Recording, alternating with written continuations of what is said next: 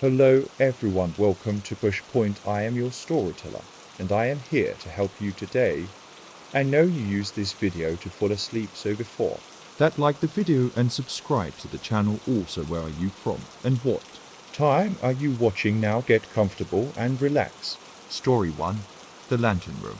Rain clattered against the warped window panes of the old lighthouse, a sound that might have once been comforting. But now, alone and sealed inside the cold, sea-battered structure, Mara felt only dread. The storm had cut the ferry routes, and she was stranded with no company save for the echo of the wind and the endless grey outside. The lighthouse keeper's journal, found in a drawer, its pages curling with salt and time, spoke of isolation, but never madness. Still, Mara had begun to hear things, not voices exactly, but movements. Soft creaks overhead where no floorboards were. The sound of boots squelching through seaweed-slick stone. She told herself it was the storm. That she was tired. That the mind, when surrounded by too much quiet, began to feel the silence. The lantern room was locked when she arrived, the rusted key left in the mouth of an empty tea mug on the keeper's desk. It was the only door that hadn't yielded easily, as if the salt air had conspired to protect it. But on the second night, when the light flickered despite no power, she climbed the stairs and opened it. Inside was nothing, just the great glass lens, and the rain-slicked windows overlooking the sea. The Fresnel lens was still, the mechanism dead. And yet, the beam had moved, sweeping the storm like a watchful eye. On the third night, she found a second journal beneath the floorboards. Older than the first. It wasn't the original keeper's. Different handwriting, different name. I am the third. One line read. The sequel the first. The light took the second. I watch them now from behind the glass. They do not blink. That night, Mara didn't sleep. Not for fear, not exactly. It was the sound that kept her awake. The glass in the lantern room, humming. A resonance that vibrated in her teeth. When she crept up to check, she found the beam sweeping again. No power. No mechanism. And behind the lens, the shadow. It wasn't shaped like a man. It was too long, and it moved with the turn of the lens, trailing the beam across the sea. She told herself it was a trick of the rain. On the fifth day, the ferry didn't come. She began dreaming of the sea, always dark, always rising, and in every dream, she was in the lantern room, watching the shadow through the spinning glass. It whispered, though she could never understand the words. She began to dread waking, because the dreams were starting to make more sense than reality. By the seventh day, she stopped eating. The hum never ceased. The rain came in sideways, and something began tapping at the windows from the outside. The journal began writing itself. New entries appeared, always in the same hand. I see you, they read. Behind the lens. On the 8th day, she saw the reflection of her own face in the lens, only it wasn't her. The eyes were too wide. The mouth was slightly open, as if mid-scream, and it didn't blink. She tried to run. The stairwell was endless. The lower doors locked. She hadn't locked them. She hadn't even closed them. Rain poured down the inner walls. Salt in her mouth. Static in her ears. On the 10th day, she wrote her first entry in the second journal. I am the fourth. The light continues to spin, even in daylight now. It sweeps the empty ocean, pausing occasionally as if seeing something just beneath the surface. From inside, Mara watches. The humming keeps her company. Her reflection no longer blinks. The ferry arrived on the 12th day. Empty. They found no sign of her, only a locked lantern room. The lens spinning slowly. The beam watching the waves. And the journals full of them now. All with the same last line. I am the next. Story 2. The Hollow at Edinmore. The village of Edinmore no longer appeared on most maps. You had to know where to look past the crumbling stone bridge that spanned a stream too black to reflect, down a gravel road flanked by skeletal birch trees that leaned a little too far inward. Jonah hadn't been back in decades, not since his grandmother's funeral, but the house had passed to him, and something had called him home.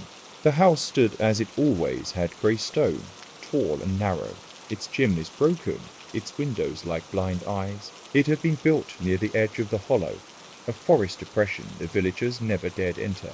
Jonah had been warned as a child never to go near it, never to listen to what came from inside. But that had been before the dreams. It started with the silence. Edinburgh was far from any town, but this was different. There were no birds, No wind. just the low moan of trees shifting like bones in the night.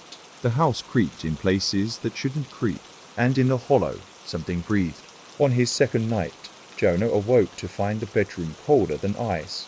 Frost clawed the inside of the windows. The old floorboards were wet, not damp wet, as if something had seeped up from beneath. Footprints led from the door to the bed, ending just beside his pillow.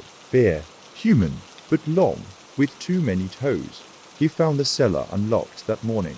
He didn't remember opening it. Downstairs, the air thickened. His breath forked in front of him. There were marks on the wall, scratches. Runes perhaps, etched deep into stone with something sharp and patient. At the far end, beneath a broken shelf, the stone floor opened into a crevice. He dropped a flashlight. The beam vanished into darkness. On the third night, the dreams returned. He was standing in the hollow. The trees were blackened, their limbs moving slowly in the windless air. Something writhed beneath the soil.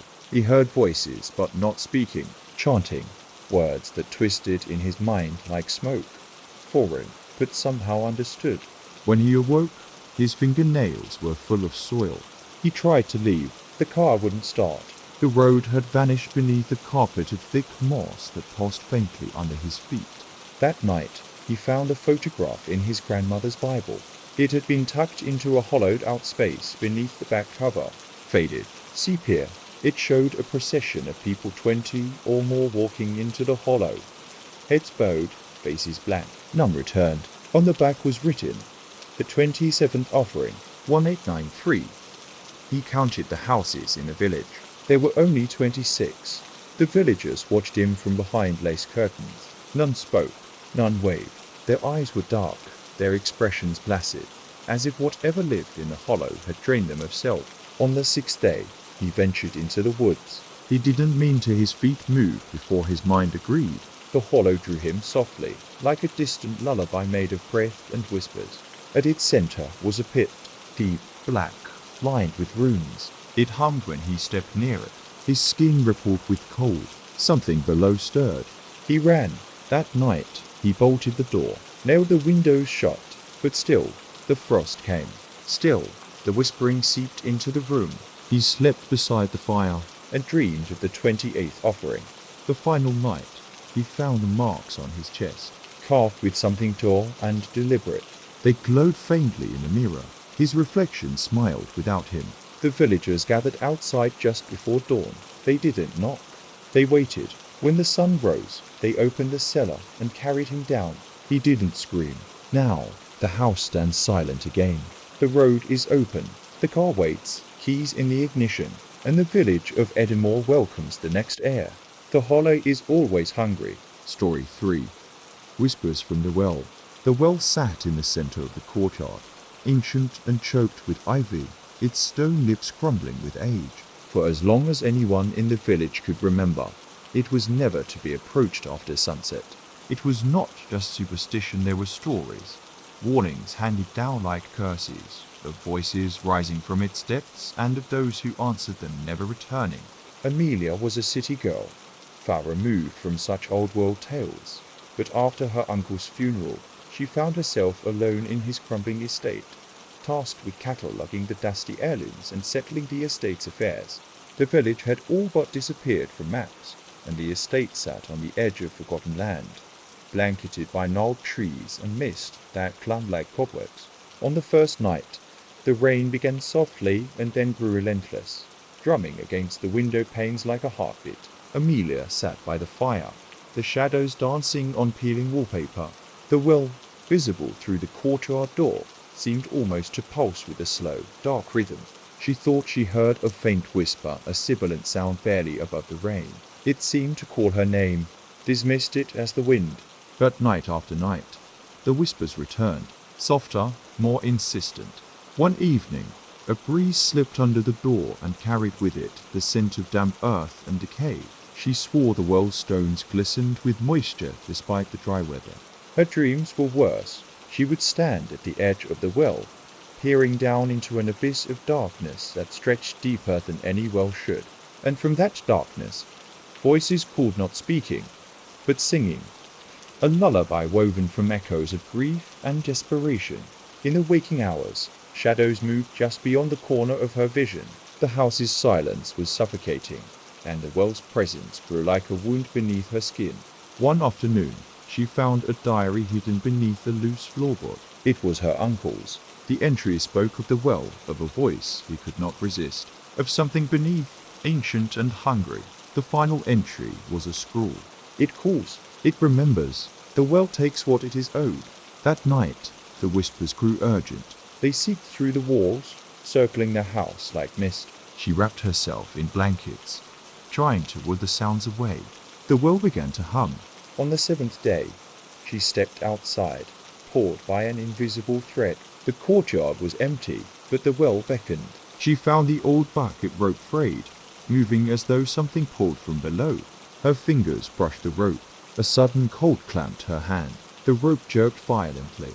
She stumbled back, heart pounding, but curiosity or terror drew her closer again.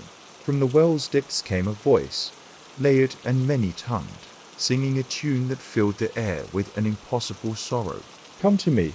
She ran inside, locking every door, yet the singing continued, growing louder, filling her mind with images of lost souls trapped beneath the earth, their faces pressed against unseen glass. She realized the well was not just water and stone, it was a prison. A doorway, a mouth. Days bled into nights. Food lost its taste. The house chilled her eyes. Mirrors reflected her face, but never blinked. Shadows shifted independently, whispering secrets she dared not understand. On the final night, the rain ceased. The well was silent. Amelia found a letter, pinned beneath the diary. Her uncle's handwriting. If you hear the well's song, do not answer. If it claims you, you will not return. The well remembers all who listen. It waits. She looked once more at the well's dark moor. And then, as dawn bled into the sky, she saw the ripple on the water's surface like a breath held too long. The well's voice called again. This time she listened. The village wakes each morning, empty of those who stay too long beside the well. And the well waits. Story 4. The last tenant. Harper had taken the lease on the old Bellevue apartment out of desperation. She rented a small place, far from the city's chaos. The landlord was terse, the contract brief. No pets, no parties, no complaints. The building had a reputation, whispered in corners, but Harper paid it no mind. It was just another place to sleep.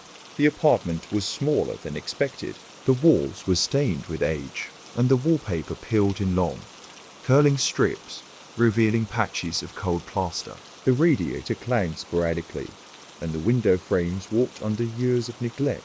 But it was warm, and for a while, that was enough. The first night, Harper woke to a faint tapping at the wall, the one that shared a boundary with the vacant unit next door. No one lived there, at least not since the last tenant disappeared.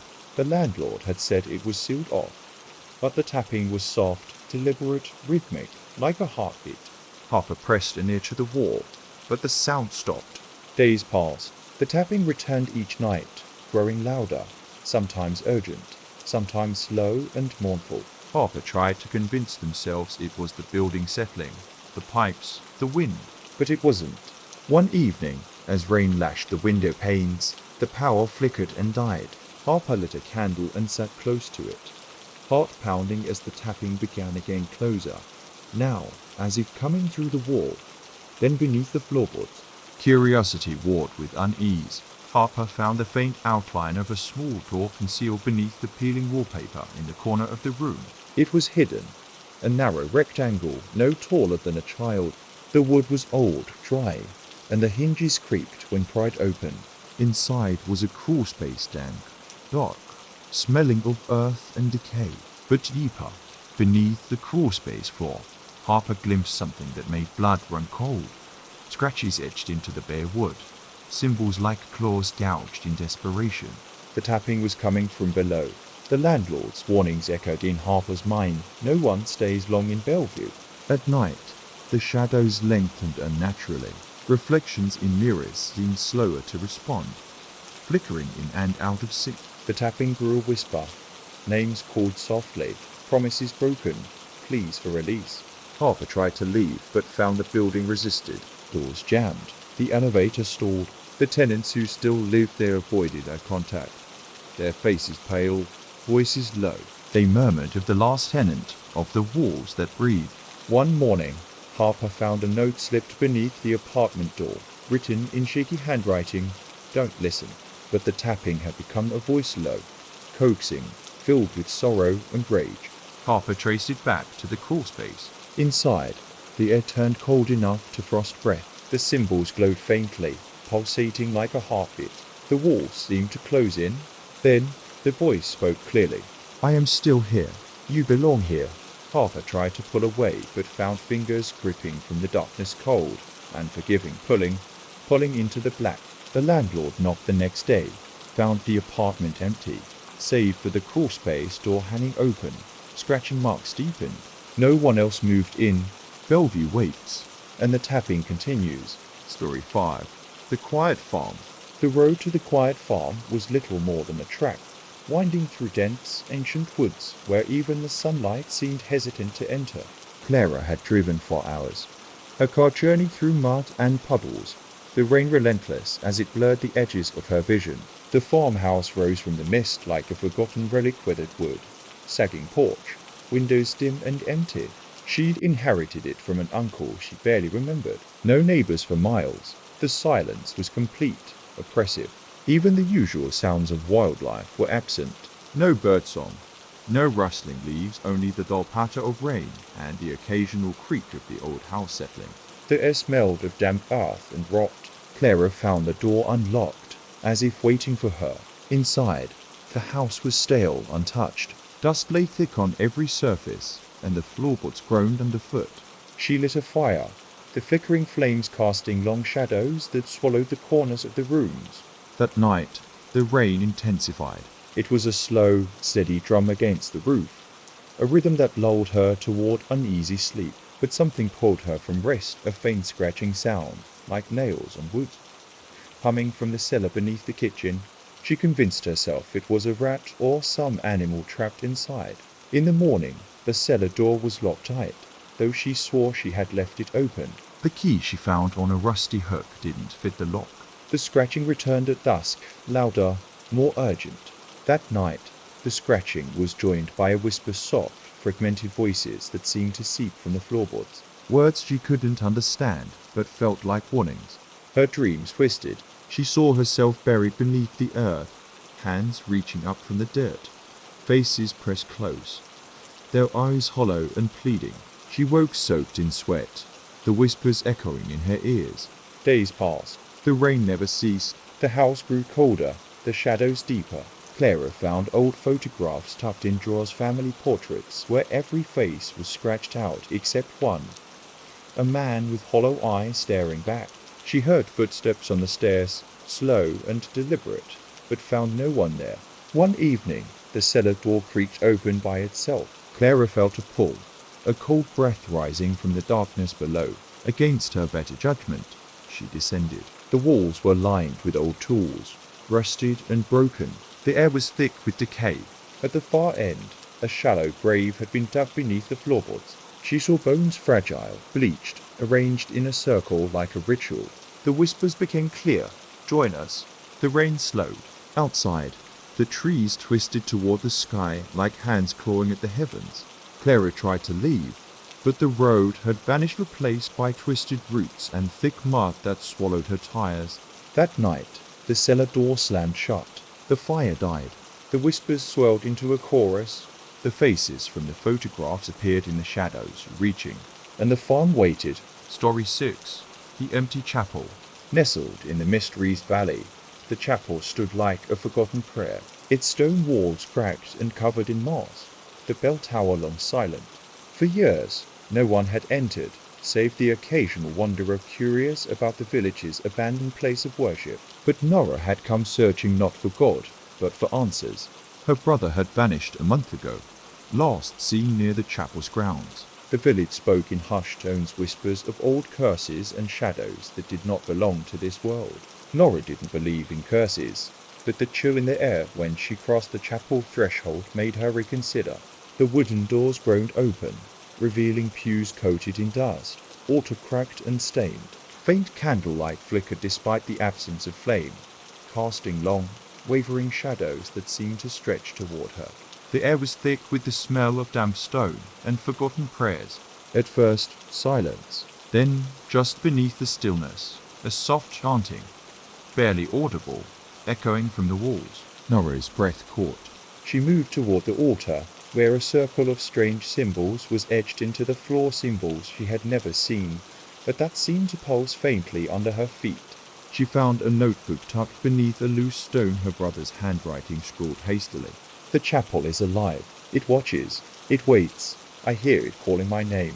Nora's nights were filled with restless dreams, faces emerging from the shadows, hands reaching through cracked walls, voices calling from beneath the stones. The chapel began to shift. The pews creaked, rearranging themselves in impossible patterns. Doors led to rooms that hadn't existed moments before, dark corridors stretching into endless black. One evening, as rain lashed the valley, she heard footsteps pacing above the choir loft. Though no one was there, the bell, silent for decades, told once a deep, hollow sound that shook the stone beneath her feet. She saw reflections in the broken stained glass figures standing just behind her, their faces pale and unreadable. Days passed, and the chapel seemed to breathe, its walls pulsing like a living thing. Nora found herself drawn deeper into the labyrinth of corridors, losing track of time and direction. At the chapel's heart, she discovered a hidden crypt. The air inside was icy, and the floor was slick with ancient moisture. There lay a coffin, carved with the same symbols from the altar.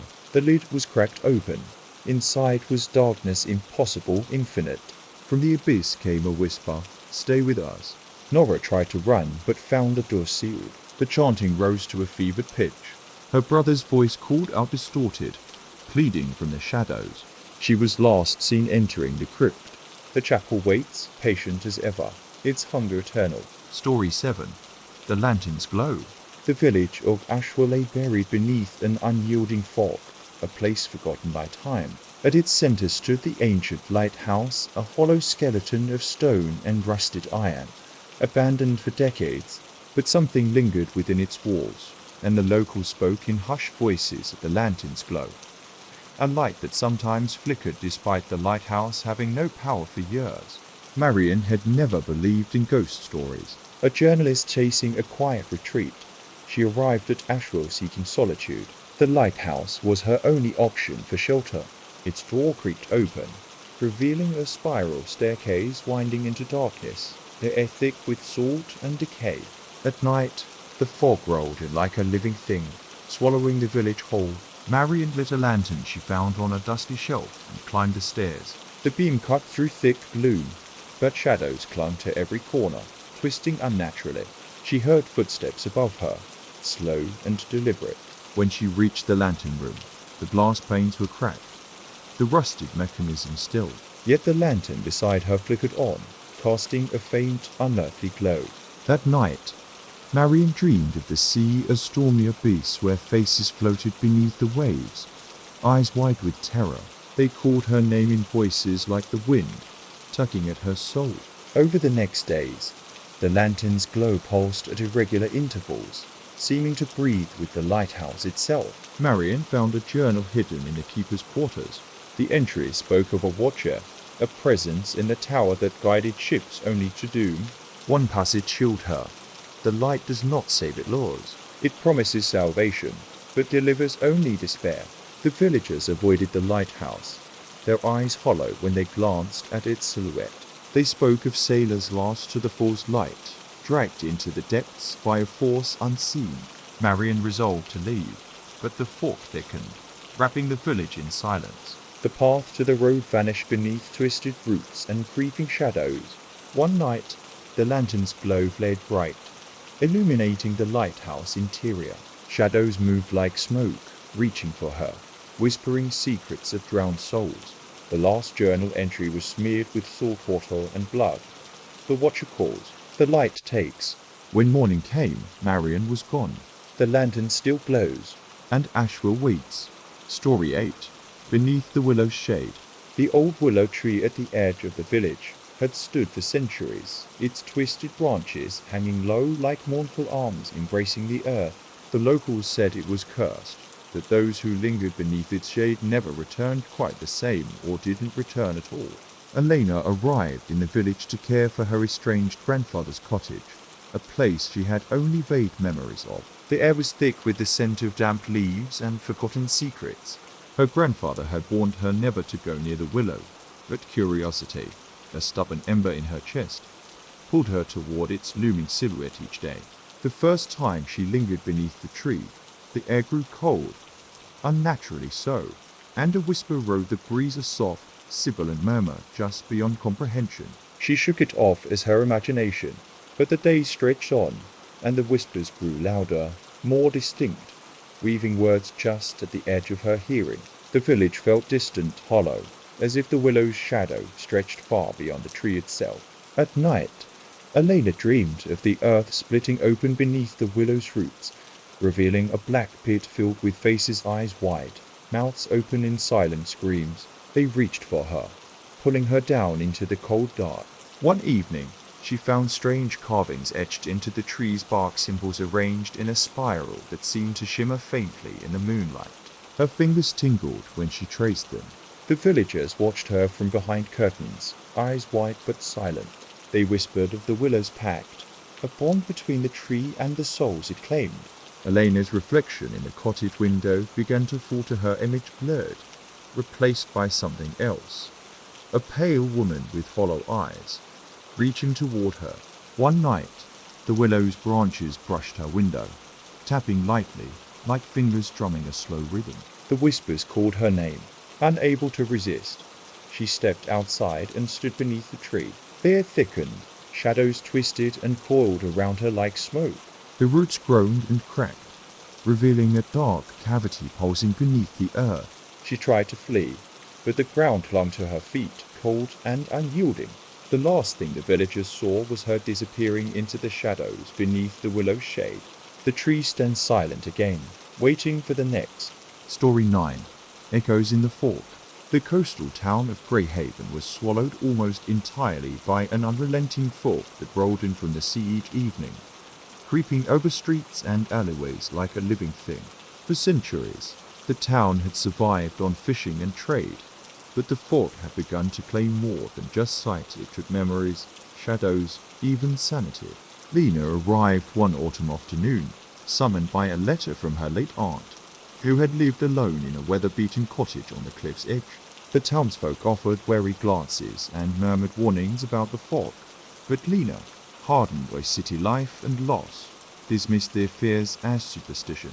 The cottage was small, perched precariously above the restless ocean. The salty air smelled of decay, and the windows were forked over, obscuring the world outside. As dusk approached, the fog began to seep in, curling beneath the door and sliding along the floor like cold fingers. That night, Lena awoke to faint sounds, footsteps crunching on gravel outside, soft breathing near the window. When she looked, no one was there, only the fog pressing against the glass. The fog carried whispers, voices faint and fragmented, sometimes pleading, sometimes mocking. They spoke in a language she didn't understand, but the tone was unmistakably desperate. Days passed, and the fog thickened, swallowing the landscape. Lena found her own memories fracturing, the names of friends, the face of her aunt, even the reason she'd come. A creeping dread filled her chest, a sensation of something watching from the haze. One afternoon, she discovered a diary buried beneath floorboards, her aunt's last words written in trembling script. The fog remembers. It takes what it is owed. Do not trust the echoes. As the fog seeped into her dreams, Lena began to see figures moving just beyond the veiled, shadowy silhouettes that mimicked human shapes but never fully revealed themselves. One night, the fog's voices called her name clearly, urging her toward the cliff. Drawn by an unseen force, she followed the sound to the edge, where the sea crashed violently below. The figures emerged hollow-eyed, reaching hands out of the mist. Lena turned to run, but found the path swallowed by fog, the ground shifting beneath her feet. The next morning, only the diary remained on the cottage floor. Greyhaven waits, wrapped in its eternal fog. Story 10. The Hollow House. The house at the end of Briar Lane had always been the source of whispered tales and uneasy glances. It stood like a skeleton, its windows empty sockets staring into the night, the paint peeling in long, ragged strips. The townsfolk said no one lived there, yet at times, lights flickered behind the cracked glass, and a low hum pulsed from its walls. Elias, a photographer drawn to forgotten places, decided to spend a night inside. He sought the perfect shot, a glimpse of the uncanny, a story told in shadows. The townspeople warned him, eyes clouded with fear, but he shrugged off their unease as superstition. Inside, the air was stale, thick with the scent of mildew and rot. The floorboards groaned underfoot, and the wallpaper hung in curling sheets like skin peeled from a corpse. Elias set up his camera, the beam of his flashlight slicing through the dark. At first, the house was silent, save for the soft drip of water somewhere deep inside. But soon, he heard faint footsteps overhead, slow and measured. He called out, but the silence swallowed his voice. Hours passed. The house seemed to breathe, walls shifting imperceptibly, elongating the rooms into impossible angles. The shadows moved of their own accord, curling and stretching like living things.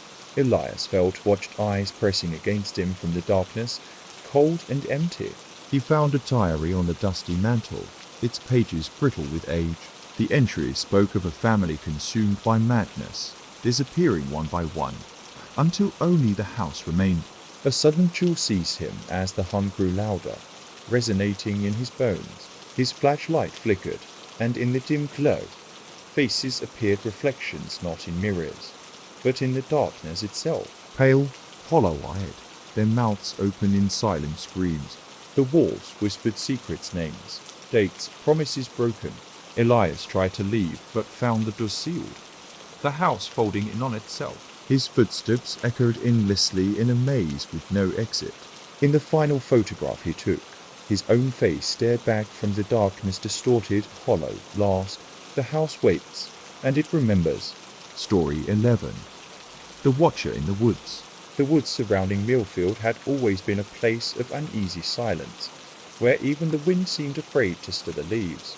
Stories passed from generation to generation spoke of a presence, a watcher hidden among the trees, eyes that glowed faintly in the dark, unseen but always there.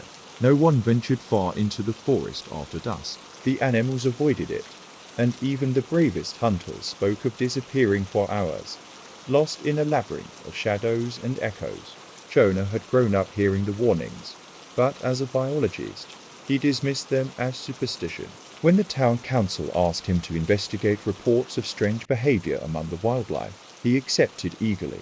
He set up camp near an ancient grove, deep within the woods. The trees towered above, their branches woven tightly to blot out the sky. The air was thick and heavy, smelling of moss and decay. At first, the forest was quiet to quiet. No birdsong, no rustling in the underbrush, only the low hum of insects and the crunch of Jonah's footsteps. But as dusk fell, a shifting in the shadows caught his eye. Glowing amber orbs flickered between the trunks, watching. The feeling of being observed grew into a weight pressing on his chest. At night, the eyes multiplied dozens, hundreds reflecting in the dark like a sea of silent watchers. He heard whispers, soft and urgent, just beyond comprehension. They spoke not in words, but in feelings: fear, warning, despair. Jonah found strange carvings etched into tree bark symbols that pulsed faintly under his touch. His dreams twisted into fevered visions. Faces twisted in agony, voices screaming in silence. One night, drawn by a cold voice calling his name, he followed a path deeper into the woods. The trees closed behind him, the sky vanished, and the watcher's eyes surrounded him. He tried to run, but the forest became a maze, paths shifting beneath his feet. The whispers became a chorus, chanting a name that was no longer his own. The next morning, his camp was empty, save for a camera lying on the ground, its last photo showing a pair of glowing eyes staring back. The woods wait. The watcher watches. Story 12. The Forgotten Station. The old railway station had long since been abandoned, swallowed by weeds and rust, its platforms crumbling beneath the weight of years. It stood at the edge of the small town of Ravens Hollow, a relic from an era when trains still rumbled through the night, connecting distant places. No train stopped here anymore. The tracks faded into wild grass, and the station building sagged under its own age, windows boarded, doors sealed. The townspeople crossed the tracks quickly, eyes fixed ahead, as if fearing the station might reach out and pull them inside. Evan had heard the stories, the whispered warnings about the station, about the travellers who arrived but never left. A historian drawn to forgotten places, he arrived at Ravens Hollow hoping to find answers to the station's mysteries. On a bleak afternoon, Evan stepped through the rusted gate, the air heavy with decay. The sky hung low, swollen with clouds, and the first drops of rain began to fall. Inside, the station was silent, but not empty. The faint scent of old smoke and iron lingered, mingling with damp rot. Evan's footsteps echoed on the cracked tiles as he explored the deserted waiting room.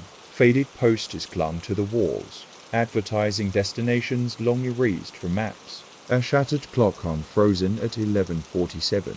He found an old ledger behind the ticket counter, its pages yellowed and brittle. Names were listed, dates of arrival, but no departures. Some entries had notes words like lost, never found, and gone. That night, Evan set up camp inside the station, lighting a small lantern. The wind moaned outside, rattling loose boards, but the station felt alive in a way that unsettled him. The silence was too complete, broken only by faint creaks and whispers that seemed to seep from the walls themselves. As the hours passed, the station seemed to shift. The platforms extended, stretching beyond their physical limits. Shadows moved with purpose, flickering at the edge of his vision. The sound of distant footsteps echoed too slow to measure. Evan caught glimpses of figures travellers in old-fashioned clothes, faces blurred and expressionless. They moved like phantoms, waiting for trains that would never come. He heard whispers in the dark fragments of conversations, laughter tinged with fear, the clatter of wheels on rails. The voices called his name softly, inviting him to board. Drawn to a flickering light on the far platform, Evan followed, his lantern trembling in his hand. The rain intensified, drumming on the metal roof as the station breathed around him. On the platform, a train appeared black and gleaming, silent and still, its windows dark voids. The door slid open with a hiss, revealing nothing but endless darkness inside. The whispers became urgent, pressing at the edges of his mind. "Come, stay with us." Evan hesitated, heart pounding, but the pull was irresistible. He stepped aboard. The door slammed shut behind him. The station fell silent. Outside, the rain ceased. The clouds broke, revealing a cold, indifferent moon. No one saw Evan leave. The station waits, and the train never stops. Story 13. Whispers from the cellar. The old farmhouse sat alone on the edge of the moor, its weather-beaten timbers creaking against the wind. For years, it had stood abandoned, swallowed by tangled brambles and shadowed by the twisted oaks that surrounded it like silent sentinels. Few dared to come near those who did spoke of strange noises and a cold that seeped deep into the bones. Mara inherited the house unexpectedly after her grandmother's passing. The letter had been brief, almost curt. Take care of the house.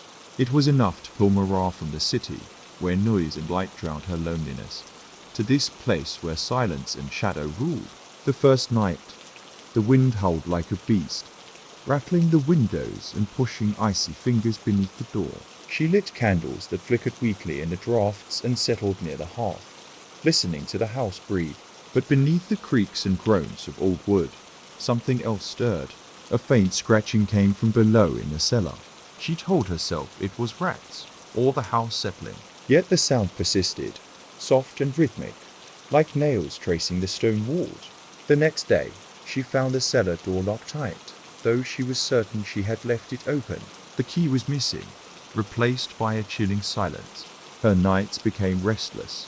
Dreams swallowed her whole visions of dark, damp tunnels winding beneath the house, endless corridors lined with faces pressed to the walls, mouths moving silently, eyes wide with desperation. She woke one morning with bruises on her arms. Cold burns etched into her skin patterns she could not understand. Driven by a growing dread, Nora searched for answers in the village. The elders whispered of a curse of a pact made long ago between the first settlers and a thing that lived beneath the earth. The cellar was a gateway, they said, a prison for something that hungered for escape. At last, the scratching turned into tapping, soft, insistent, like a message. She brought a notebook and began to write down the rhythms, hoping to understand. The patterns were too complex, too deliberate. They spelled out words: come, join us, free us. Her reflection in the cracked mirror grew distorted, shadows crawling beneath her skin. The house seemed to breathe around her, walls pulsing with a faint heartbeat. One night, the cellar door creaked open of its own accord. A cold breath rose from the darkness below, pulling at her with invisible hands. She stepped inside. The darkness swallowed her. The villagers say the house still waits, the cellar door standing ajar, inviting the next soul to descend. And the whispers never cease. Story 14. The portrait in the attic. The old manor had stood silent for decades, its grandeur faded beneath layers of dust and neglect. Ivy crept up the stone walls, choking windows that once gleamed with light. The village called it the Hollow House, and for good reason. The family who'd lived there vanished one night without a trace, leaving everything behind. Clara was an art restorer, summoned to catalogue and repair the forgotten treasures within. She arrived under a sky bruised with clouds, the air heavy with the scent of rain and decay. Inside, the manor whispered of lost lives, faded wallpaper peeling like lit skin, chandeliers coated in cobwebs, floors creaking beneath her steps. But it was the attic that drew her most, a cramped, dust-choked space filled with old furniture and forgotten relics.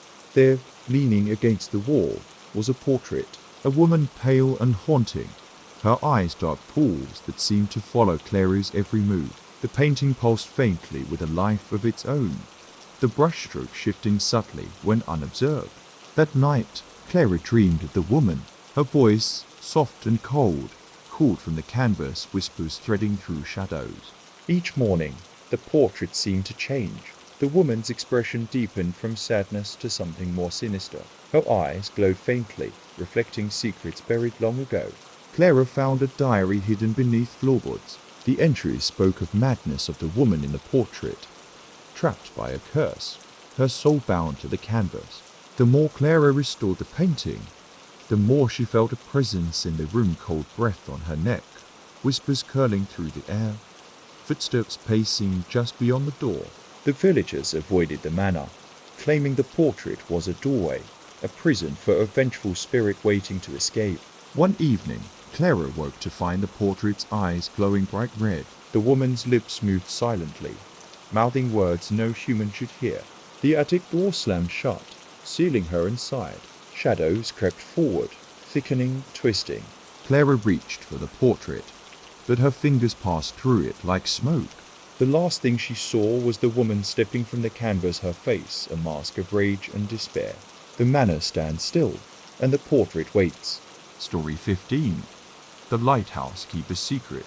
The lighthouse stood on a jagged cliff, battered by relentless waves and roaring winds. Its beam had long since gone dark, yet local fishermen swore they sometimes saw a faint light flicker through the fog, a ghostly signal guiding no ship.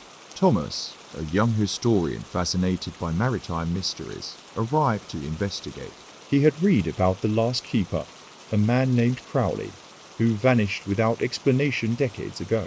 The keeper's cabin, perched beside the lighthouse, was said to hold clues, journals, logs, perhaps answers. The path to the lighthouse was steep and slippery, the thought air biting at Thomas's skin.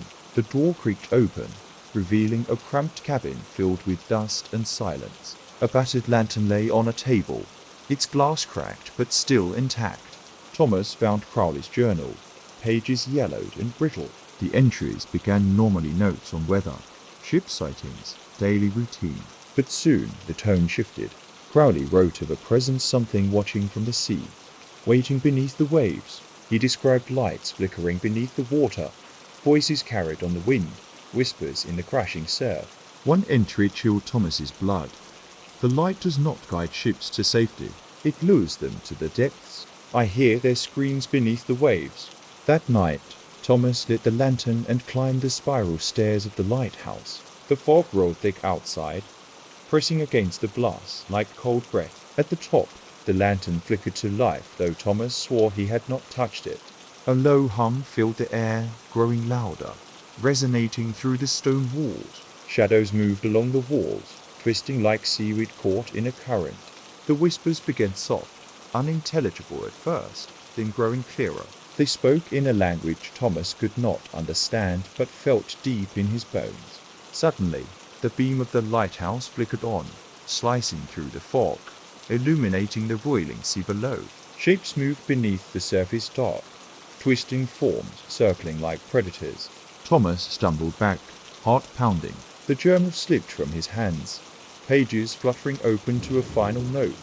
The watcher waits. The light calls. Do not answer. As the dawn broke, the light faded. Thomas was gone.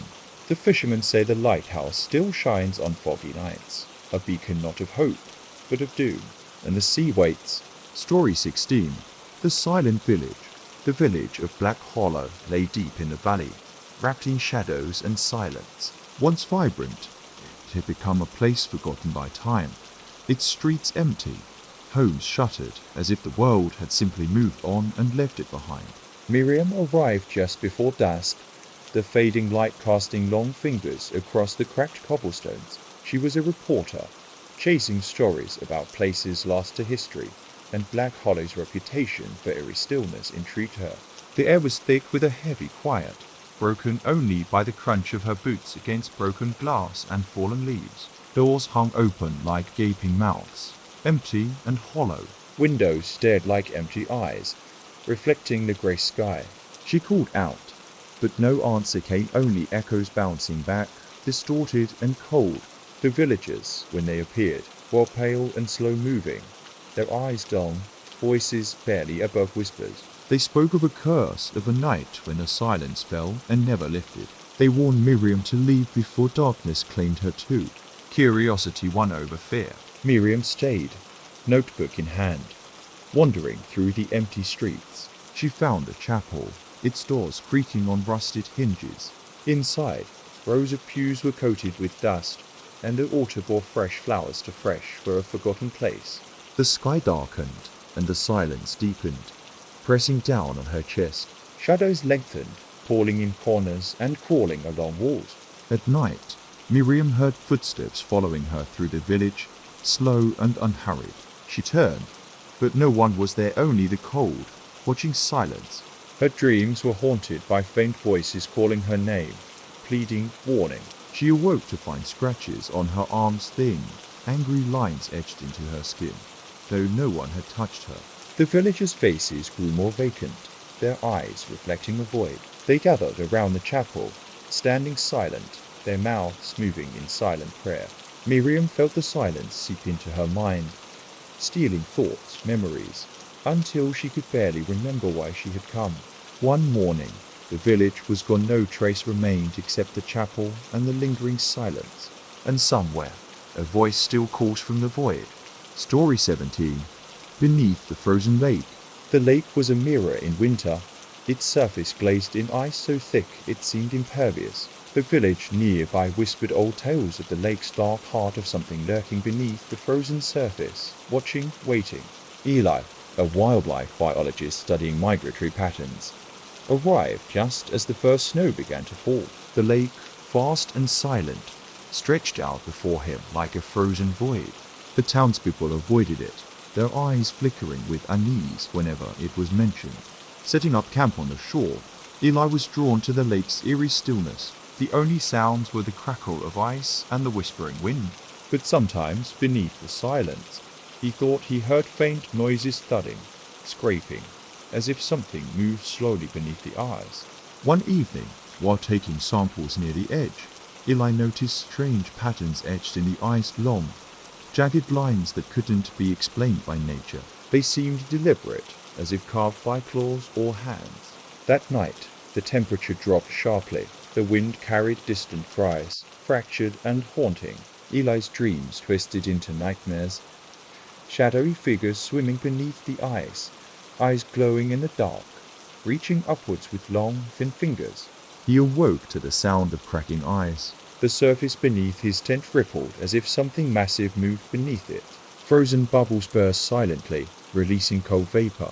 Eli ventured onto the lake, the ice groaning beneath each step. The jagged lines led him toward a fissure, a deep crack revealing dark water below.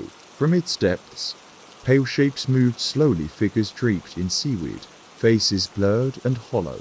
The whispers rose, a chorus of voices pleading and warning. Do not break the surface. Suddenly, the ice shattered beneath him. Cold water surged up, dragging him down into darkness. When the villagers found his empty camp, they shook their heads sadly. The lake had claimed another. And beneath the frozen surface, the watchers wait silent, patient, eternal. Story 18. The Echoes of Ashwood Manor. Ashwood Manor stood in the middle of a dense forest, its dark silhouette etched against a perpetually overcast sky. No one lived there now, but it whispered with memories echoes of laughter, sorrow, and something far darker. The locals avoided the estate, speaking in hushed tones of the disappearances that plagued the house over the centuries. Nathaniel, a scholar of folklore, arrived one dreary afternoon, driven by fascination and skepticism. He intended to spend several days inside, documenting the manor's history and disproving the tales of hauntings. The heavy iron gates groaned open, revealing a courtyard overgrown with tangled ivy and thorny bushes. The house's windows were grimy and cracked, like empty eyes watching his every move. Inside, the air was thick with dust and the scent of aged wood. The hall stretched endlessly, each door leading to rooms frozen in time, faded wallpaper, broken furniture, and portraits whose eyes seemed to follow him as he passed. The silence was profound, broken only by the distant creak of floorboards and the occasional rustle of unseen movements. At night, the manor transformed. Nathaniel awoke to distant whispers weaving through the walls, chilling murmurs that grew louder in the darkness. Shadows flickered just beyond the edge of his vision, disappearing when he turned. One evening, he found a hidden door behind a tapestry. It led to a narrow staircase spiraling down into the cold bowels of the house. Descending, he discovered a cellar lined with shelves of dusty books and strange artifacts, a shrine to forgotten rituals. The air here was heavier, oppressive. Nathaniel felt a presence watching, waiting. He opened an ancient tome, its pages filled with cryptic symbols and drawings of shadowy figures with hollow eyes. As he read, the whispers became voices, speaking directly to his mind. They promised knowledge but demanded a price. The air thickened, pressing in on him until he could barely breathe. Suddenly, the cellar door slammed shut. Darkness swallowed him whole. In the blackness, faces emerged twisted, pale, their mouths moving in silent screams. Nathaniel's mind fractured as the voices clawed at his sanity. Days later, the manor stood silent once more. Nathaniel was never seen again. But if you listen closely on stormy nights, the echoes of Ashwood Manor call out voices trapped between worlds, waiting for the next visitor to answer. Story 19. The Watcher's Window.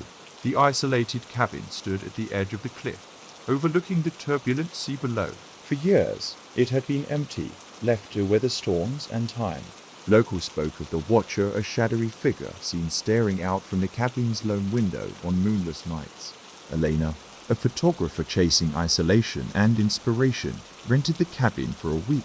She arrived under a sky heavy with clouds, the wind carrying the scent of salt and impending rain. The cabin was small and Spartan, but the view was breathtaking, a vast expanse of grey waves crashing endlessly against the rocks. Yet, despite the beauty, an oppressive stillness clung to the place, like the breath held before a storm. The first night, Elena noticed a figure in the window across the room, her own reflection, distorted and flickering. She shook it off, blaming the flickering candlelight. But as days passed, the feeling of being watched grew. Shadows seemed to move against the grain of the wood. Shapes formed and dissolved just beyond sight. The sea's roar seemed to carry whispers, fragments of conversation in a language she couldn't understand. One evening, Elena found a diary tucked beneath the floorboards, pages yellowed and brittle. It belonged to the cabin's last occupant, a man named Grayson, who wrote of an obsession with the sea and a presence he called the Watcher. He described nights spent staring out the window, feeling a pull or call from the waves below. His final entry was a frantic scrawl. The watcher waits. I see it now, beyond the glass. It knows my name. That night, the candle blew out, plunging Elena into darkness. In the window's black glass, a pair of eyes appeared cold, unblinking, glowing faintly with an unnatural light. She tried to look away, but found herself rooted, trapped by the gaze. The sea crashed louder, the whispers rising to a scream. When dawn broke, the cabin was empty. Elena's camera lay on the floor, its last photo capturing a shadowy figure framed in the window. The watcher, waiting. The cabin waits, and the sea watches. Story 20. The last broadcast.